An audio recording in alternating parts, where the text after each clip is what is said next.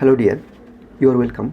At first, this video is for clinical medicine student or clinical student, not for biochemistry student, as because we are not going for elaborative discussion of enzymatic reaction of homocysteine or methionine metabolism. Rather, we will put emphasis on the clinical importance of homocystinuria. And for that easy understanding, I have made two sheets. The first sheet from the textbook of biochemistry, that is Harper and Lippincott, and the second sheet I have made from the clinical medicine textbook Davidson and Harrison. So at first we will go through the biochemistry sheet for our easy understanding. But before going that, the introduction of homocystinuria is the disorder. It is a disorder of methionine metabolism. The homocystinuria is a disorder of methionine metabolism, but the clinical problem are due to accumulation of high level of homocysteine in the body. Okay, with this introductory information, at first we will go through the biochemistry sheet. This diagram, very simple diagram, it is the disorder of metabolism of methionine. So you have to start with the methionine. As you know, the methionine is an essential amino acid, and you must have the source of methionine in your diet. And this methionine normally converted into homocysteine, then the homocysteine converted into cystathionine, then cysteine, and then cysteine. The clinical importance of cysteine and cysteine is not important here, so we will not discuss the enzymatic reaction of these two steps. Rather, we will stop at this stage. Normally, from methionine to homocysteine and from homocysteine to cystathionine.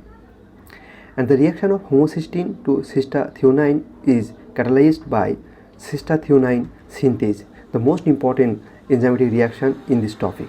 And these reactions are catalyzed by other agents that are serine, another non-essential amino acid, and vitamin B6, that is pyridoxal phosphate.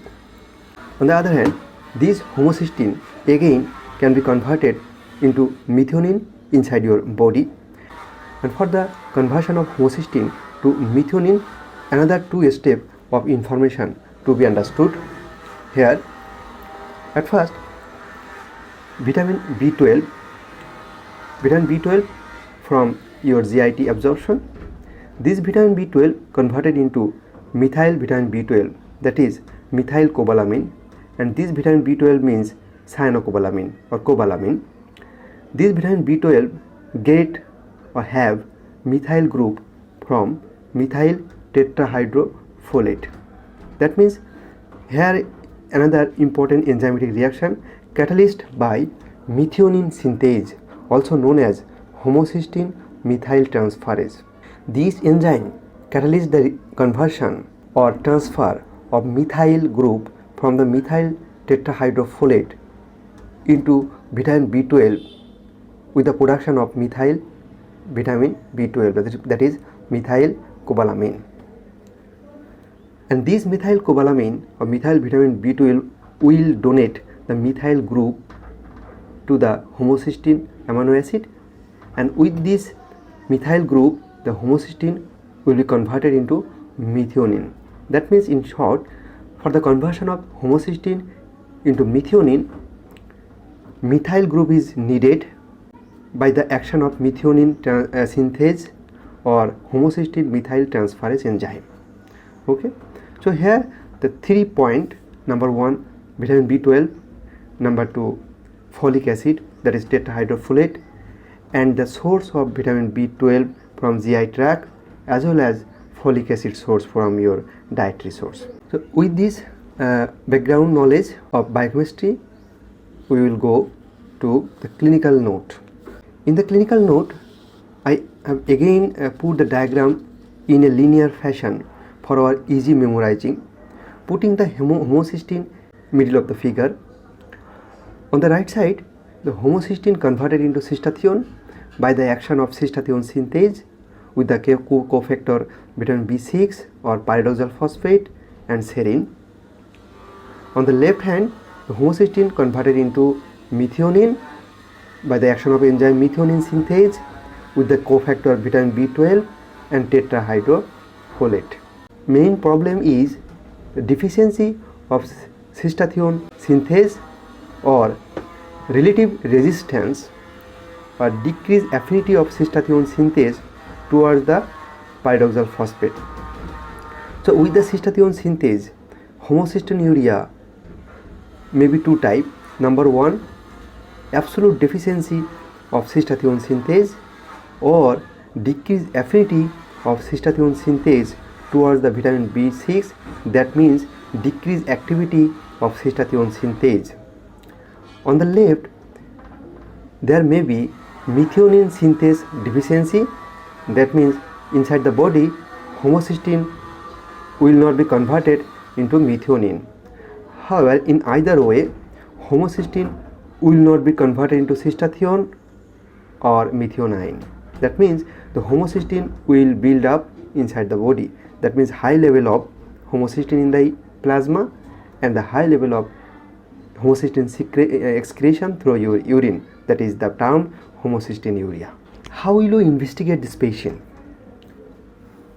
The homocysteine level will be found in high level in the serum as well as in the urine, and methionine may be found high in the urine if the problem is with hair. If the problem is with this step, that is the cystathione synthase deficiency or resistance, then the homocysteine only will be converted into methionine and the methionine level will be high. So as well as homocysteine, methionine can be high in the urine as well as in the serum. But if the problem is with this step, methionine level will be normal. The most important is measurement or estimation of cystathione synthase activity in the plasma. Nowadays we can do this lab test for estimation of cystathione synthase activity in the plasma. So this is the laboratory workout. Now the clinical features. Before going for the clinical features of homocystinuria, we have to know that the homocystinuria patients are tall in stature, and the most important differential diagnosis of homocystinuria is Marfanoid syndrome, that is tall. Both in homocystinuria and Marfanoid syndrome, the patient found tall.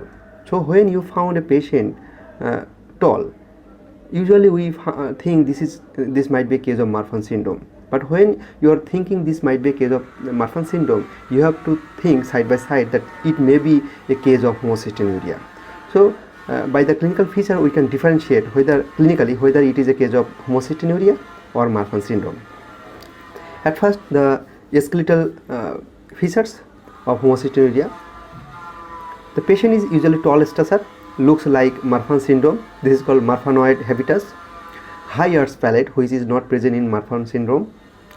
Patient present with osteoporosis. This osteoporosis is due to homocystinuria. Actually, I already said the clinical problem in homocystinuria is due to accumulation of homocysteine. Okay, so skeletal problem, tall stature, high arch palate, and osteoporosis. Then the most important one next to skeletal problem is CNS abnormality. Patient actually have intellectual disability, that means the low IQ. Patient may have episode of convulsion, psychiatric disturbance, and delayed development milestone in the pediatric group of patient. Next, the eye. Patient have ectopia lentis, that is dislocation of eye lens. There is a very important differentiating factor point of homocystinuria from Marfan syndrome. In homocystinuria, the dislocation of the eye lens is downwards and medially, like this, downwards and medially.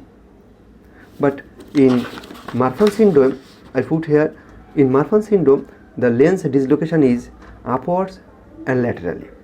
In your clinical MCQ exam, this may be a point in your exam, so mind it, you can memorize this. In Marfan syndrome, the lens dislocation is upwards and laterally, and in homocystinuria the lens dislocation is downwards and medially.